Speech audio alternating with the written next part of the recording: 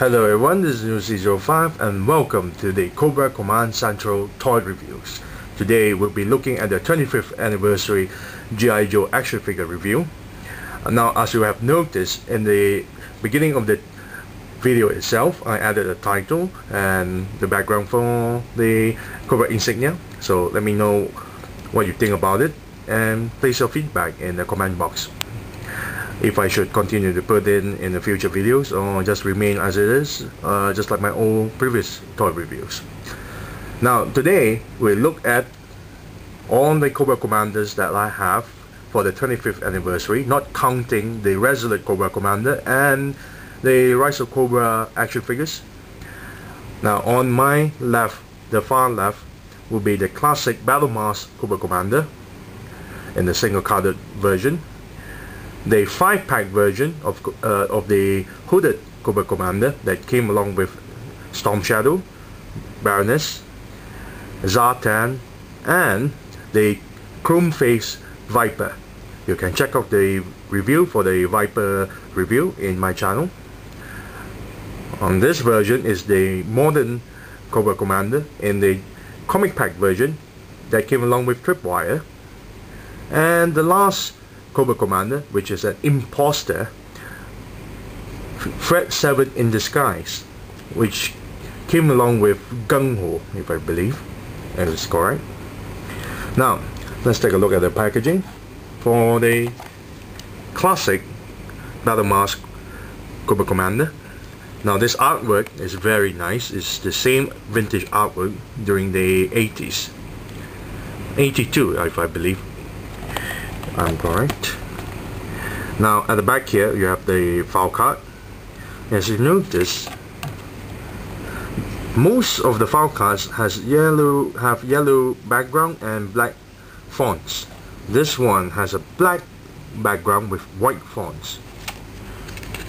Now each of the file card has a different background and a different quote. This version, for the single carded version, is stated, "Cobra Commander is hatred and evil personified.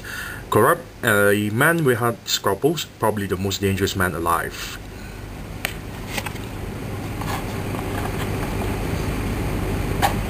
Now, the 5-pack version.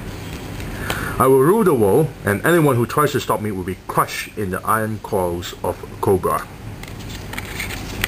The modern version. "I am surrounded by foes and idiots."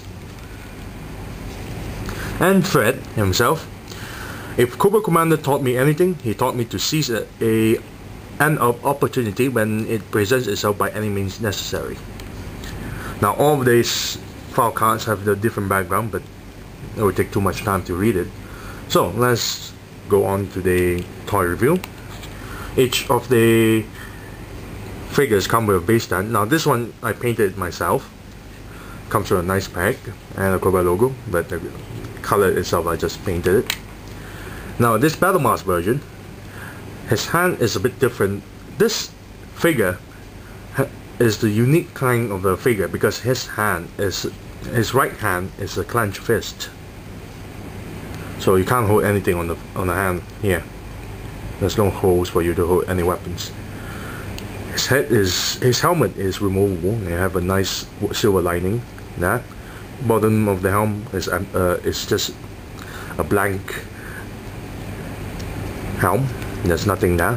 On the back of the head itself, you notice there's 3 holes, colored in dull gold. Very nice. It's meant to connect to the helmet, just like in the comic itself. Comes with a ray gun, the classic ray gun with a peg to place it in the hole here. This section here is painted in gold, so that's very nicely detailed colors. Dull gold buttons, black belt. Belt buckle is painted in red. There's a Cobra logo insignia here. Articulation wise, you can turn 360 degrees of the arm, bend the elbow back and forth, turn the wrist 360 degrees, turn the head 360 degrees if you want to, and pivot the head up and down a little bit.